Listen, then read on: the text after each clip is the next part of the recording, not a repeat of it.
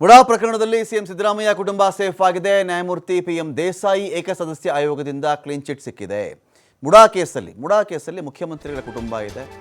ಈ ಕುಟುಂಬ ಸಾಕಷ್ಟು ಸೈಟ್ಗಳನ್ನು ಇಲ್ಲಿ ಪಡ್ಕೊಂಡ್ಬಿಟ್ಟಿದ್ದಾರೆ. ಈ ಜಮೀನು ವಾಸ್ತವದಲ್ಲಿ ಇವರಿಗೆ ಸೇರಿದ್ದೇ ಅಲ್ಲ. ಈ ಜಮೀನು ಮುಡಾದ್ದೇ ಜಮೀನಾಗಿತ್ತು.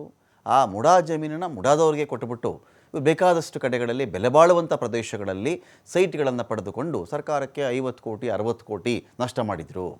ಈ ಗಂಭೀರ ಆರೋಪಗಳಿತ್ತಲ್ಲ, ಈ ಆರೋಪಗಳಿಗೆ ಸಂಬಂಧಪಟ್ಟಂತೆ ತನಿಖೆ ಮಾಡಲಾಗಿ ಮುಖ್ಯಮಂತ್ರಿಗಳ ಕುಟುಂಬ ಇದೀಗ ಈ ವಿಚಾರದಲ್ಲಿ ಆರೋಪ ಮುಕ್ತವಾಗಿದೆ. ಕ್ಲೀನ್ ಚಿಟ್ ಅವರಿಗೆ ಸಿಕ್ಕಿದೆ. ಇಲ್ಲಿ ಮುಡಾ ಕೇಸಲ್ಲಿ ಮುಖ್ಯಮಂತ್ರಿಗಳದ್ದಾಗಲಿ ಅಥವಾ ಮುಖ್ಯಮಂತ್ರಿಗಳ ಪತ್ನಿಯದ್ದಾಗಲಿ ಇದರಲ್ಲಿ ಪಾತ್ರವೇ ಇಲ್ಲ ಅಂತ ಕ್ಲೀನ್ ಚಿಟ್ ಸಿಕ್ಕಿದೆ. ಇಲ್ಲಿ ಪಾರ್ವತಿಯವರ ಭೂಮಿಗೆ ಬದಲಿ ನಿವೇಶನ ತಪ್ಪಲ್ಲ ಅಂತ ಉಲ್ಲೇಖ ಆಗಿದೆ.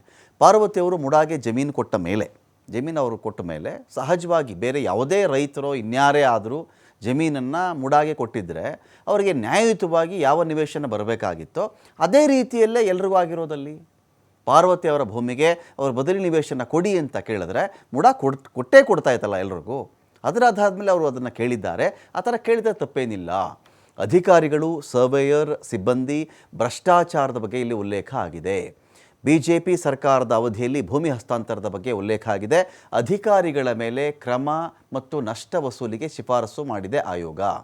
ಇಲ್ಲಿ ಅಧಿಕಾರಿಗಳು ತಪ್ಪಿಸಗಿದ್ದಾರೆ, ಅವರ ಮೇಲೆ ಕ್ರಮಗಳಾಗಬೇಕು.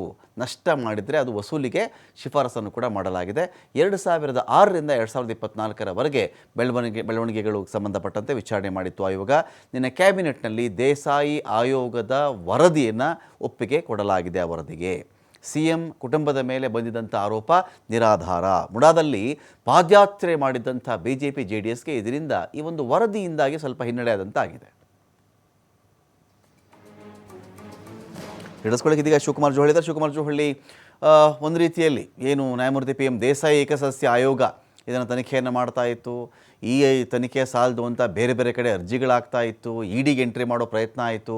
ಒಂದು ಹಂತಕ್ಕೆ ಮುಖ್ಯಮಂತ್ರಿಗಳು ಎಲ್ಲ ವಿಚಾರಗಳಲ್ಲಿಯೂ ಕೂಡ ಗೆದ್ದುಕೊಂಡ್ರ ಅಂತ ಶಿವು. ರಮಕಾಂತ್, ನಿನ್ನೆ ಸಿಎಂ ನೇತೃತ್ವದಲ್ಲಿ ನಡೆದಂತ ಸಚಿವ ಸಂಪುಟ ಸಭೆಯಲ್ಲಿ ನ್ಯಾಯಮೂರ್ತಿ PM ದೇಸಾಯಿ ಅವರ ಏಕಸದಸ್ಯ ಆಯೋಗ ಕೊಟ್ಟಿದ್ದಂತಹ ವರದಿಯನ್ನ ಅಕ್ಸೆಪ್ಟ್ ಮಾಡಲಾಗಿದೆ. ಮೂಡಾ ಪ್ರಕರಣದಲ್ಲಿ ತನಿಖೆಯನ್ನ ಮಾಡಿ ವಿಚಾರಣೆಯನ್ನ ಮಾಡಿ ಸಂಪೂರ್ಣವಾದಂತಹ ಒಂದು ವರದಿಯನ್ನ ಆಯೋಗ ಸಿದ್ಧಪಡಿಸಿತ್ತು. ಆ ಆಯೋಗವನ್ನ ಸರ್ಕಾರಕ್ಕೆ ಸಲ್ಲಿಕೆ ಮಾಡಲಾಗಿತ್ತು. ಆಯೋಗವನ್ನ ಈಗ ಕ್ಯಾಬಿನೆಟ್ ಒಪ್ಕೊಂಡಿದೆ. ಅದರಲ್ಲಿ ಮುಖ್ಯಮಂತ್ರಿಗಳು ಮತ್ತೆ ಅವರ ಕುಟುಂಬ ಸದಸ್ಯರ ಮೇಲೆ ಎದುರಾಗಿದ್ದಂತಹ ಆರೋಪಗಳೇನಿದ್ದು ಎಲ್ಲದಕ್ಕೂ ಕೂಡ ಕ್ಲೀನ್ ಚಿಟ್ ಅನ್ನ ಕೊಟ್ಟಿದೆ. ಆದ್ರೆ 2006ರಿಂದ 2024ರವರೆಗೆ ಒಟ್ಟು 19 ವರ್ಷಗಳ ಕಾಲ ಮೂಡಾದಲ್ಲಿ ಏನೆಲ್ಲ ಅವ್ಯವಹಾರಗಳು ನಡೆದಿದೆ ಅನ್ನುವಂತ ಮಾಹಿತಿಯನ್ನು ಕೂಡ ವರದಿಯಲ್ಲಿ ಉಲ್ಲೇಖವನ್ನ ಮಾಡಲಾಗಿದೆ.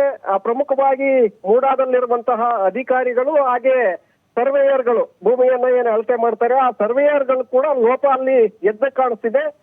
ಇವರಿಂದಾಗಿ ಸಾಕಷ್ಟು ಸಮಸ್ಯೆಗಳಾಗಿದೆ. ಫಲಾನುಭವಿಗಳಿಗೆ ನಿಜವಾದಂತಹ ಫಲಾನುಭವಿಗಳಿಗೆ ಅಲ್ಲಿ ಅನ್ಯಾಯ ಆಗಿದೆ. ಬೇರೆಯವರಿಗೆ ಇಲ್ಲಿ ಭೂಮಿಯನ್ನ ಸೈಟ್ಗಳನ್ನ ನೀಡುವಂತಹ ಒಂದು ಪ್ರಯತ್ನಗಳು ಕೂಡ ಅಧಿಕಾರಿಗಳು ಮಾಡಿದ್ದಾರೆ ಅನ್ನುವಂತಹ ಗಂಭೀರ ಆರೋಪವನ್ನ ಮಾಡಿ ಅವರ ವಿರುದ್ಧ ನೀವು ಕ್ರಮವನ್ನ ತೆಗೆದುಕೊಳ್ಬೇಕು ಅಂತೇಳಿ ಶಿಫಾರಸನ್ನ ಮಾಡಿದೆ ಆಯೋಗ.